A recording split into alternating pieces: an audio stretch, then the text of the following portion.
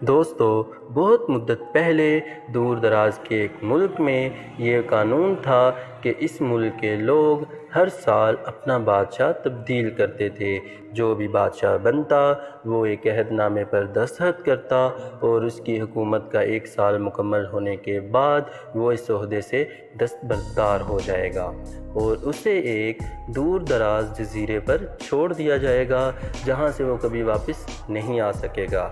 جب ایک بادشاہ کا 1 سالہ دور حکومت مکمل ہو جاتا تو اسے ایک مخصوص جزیرے پر چھوڑ دیا جاتا جہاں وہ اپنی بقیہ زندگی گزارتا۔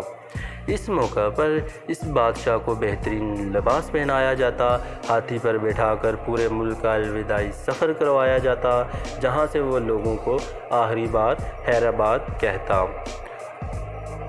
وہ بہت ہی افسوسناک اور غم زدہ لمحات ہوتے تھے اور پھر وہاں کے لوگ بادشاہ کو اس جزیرے پر ہمیشہ کے لیے چھوڑ آتے۔ ایک مرتبہ لوگ اپنے پرانے بادشاہ کو جزیرے پر چھوڑ کر واپس آ رہے تھے کہ انہوں نے ایک سمندری جہاز دیکھا جو کچھ دیر پہلے ہی تباہ ہوا تھا اور ایک نوجوان شخص خود کو بچانے کے لیے لکڑی کے ایک تختے کا سہارا لے رکھا تھا۔ ان لوگوں کو ایک نئے بادشاہ کی بھی تلاش تھی، لہٰذا انہوں نے نوجوان شخص کو اپنی کشتی میں بٹھا لیا اور اپنے ملک لے آئے اور اس سے 1 سال حکومت کرنے کی درخواست کی۔ پہلے تو وہ نوجوان نہ مانا، لیکن پھر وہ 1 سال کے لیے بادشاہ بننے پر رضامند ہو گیا۔ وہاں کے لوگوں نے اس بادشاہ کے تمام اصول اور طریقے سمجھا دیے اور یہ بھی بتا دیا کہ 1 سال کے بعد وہ اسے فلاں محسوس جزیرے پر چھوڑ آئیں گے۔ بادشاہ کے تیسرے دن ہی اس نوجوان بادشاہ نے اپنے وزیر سے کہا، مجھے وہ جگہ دکھائی جائے جہاں گزشتہ تمام بادشاہوں کو بھیجا گیا تھا۔ بادشاہ کی خواہش کا احترام کرتے ہوئے اسے وہ جزیرہ دکھانے کا اہتمام کیا گیا۔ وہ جزیرہ مکمل طور پر جنگل تھا، جنگلی جانوروں سے بھرا ہوا تھا۔ جائزہ لینے کے لیے تھوڑا سا جنگل کے اندر گیا اور وہاں اس کے پچھلے تمام بادشاہوں کے ڈھانچے پڑے نظر آ گئے۔ وہ سمجھ گیا کہ بہت جلد اس کا بھی یہی حال ہوگا اور جنگلی جانور اس کو چیر پھاڑ کر کھا جائیں گے۔ ملک واپس پہنچ کر بادشاہ نے مضبوط اور توانا جسم کے 100 مزدور اکٹھے کیے، ان سب کو اس جزیرے پر لے گیا، حکم دیا جنگل کو 1 ماہ میں مکمل طور پر صاف کر دیا جائے، تمام خطرناک جانوروں کو مار دیا جائے، سب فالتو درخت کاٹ دیے جائیں۔ وہ ہر ماہ جزیرے کا دورہ کرتا اور کام کی نگرانی بھی خود ہی کرتا۔ پہلے مہینے میں ہی تمام خطرناک جانوروں کو مار دیا گیا، پھر بہت سے درخت بھی کاٹ دیے گئے۔ دوسرے ماہ تک جزیرہ مکمل طور پر صاف ہو چکا تھا۔ اب بادشاہ نے مزدوروں کو حکم دیا جزیرے پر مختلف مقامات پر خوبصورت باغات تعمیر کیے جائیں۔ وہ اپنے ساتھ مختلف پالتو جانور مثلاً مرغیاں، گائے، بھینسیں، بطخیں اور بھیڑیں وغیرہ بھی جزیرے میں منتقل کرتا رہا۔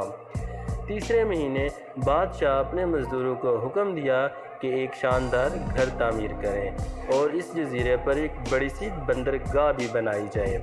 گزرتے مہینوں کے ساتھ ساتھ وہ جزیرہ ایک خوبصورت شہر میں بدلتا جا رہا تھا۔ وہ نوجوان بادشاہ بہت سادہ لباس زیب تن کرتا اور اپنی ذات پر بہت کم خرچ کرتا۔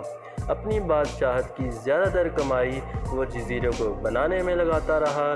10 ماہ گزرنے کے بعد بادشاہ نے اپنے وزیروں سے کہا، میں جانتا ہوں کہ 2 مہینے بعد مجھے جزیرے پر چھوڑ دیا جائے گا، لیکن میں ابھی سے وہاں جانا چاہتا ہوں۔ وزیر اور دوسرے وزراء نے اس بات پر متفق نہیں ہوئے۔ انہوں نے بادشاہ سے کہا، آپ کو 2 ماہ مزید صبر کرنا ہوگا تاکہ اس سال مکمل ہو جائے۔ سال پورا ہو جانے کے بعد آپ کو جزیرے پر چھوڑا جائے گا۔ بالآخر 2 ماہ مکمل ہو گئے، بادشاہ کے 1 سال ختم ہو گیا۔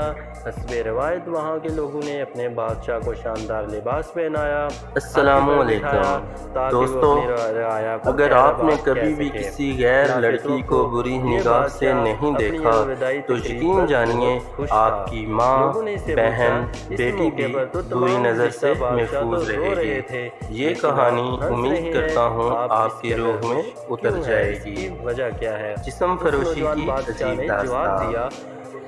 دوستو، ایک شخص جو بہت زیادہ غریب تھا اور گھر کے حالات کچھ ایسے ہو گئے کہ گھر میں کھانے پینے کے لیے کچھ بھی نہیں تھا۔ ایک وقت کے لیے کھانا ہوتا تو 2 وقت فاقے ہوتے تھے۔ دن بدن حالات بگڑتے گئے۔ گھر کے اندر بچے بھوک سے بلکنے لگے۔ گھر میں سب سے بڑی بیٹی تھی، اس سے چھوٹی بہن بھائیوں کی یہ تڑپ برداشت نہیں ہوتی تھی۔ اس نے ایک دل میں ارادہ کیا کہ وہ اپنے بہن بھائیوں کے لیے کھانے کا سامان لے آئے گی، بے شک اس کے لیے اسے کسی بھی حد تک جانا پڑے۔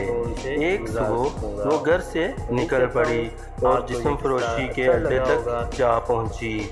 وہاں پہنچ کر وہ اپنی نمائش کرنے لگی کہ شاید کوئی اس کی طرف متوجہ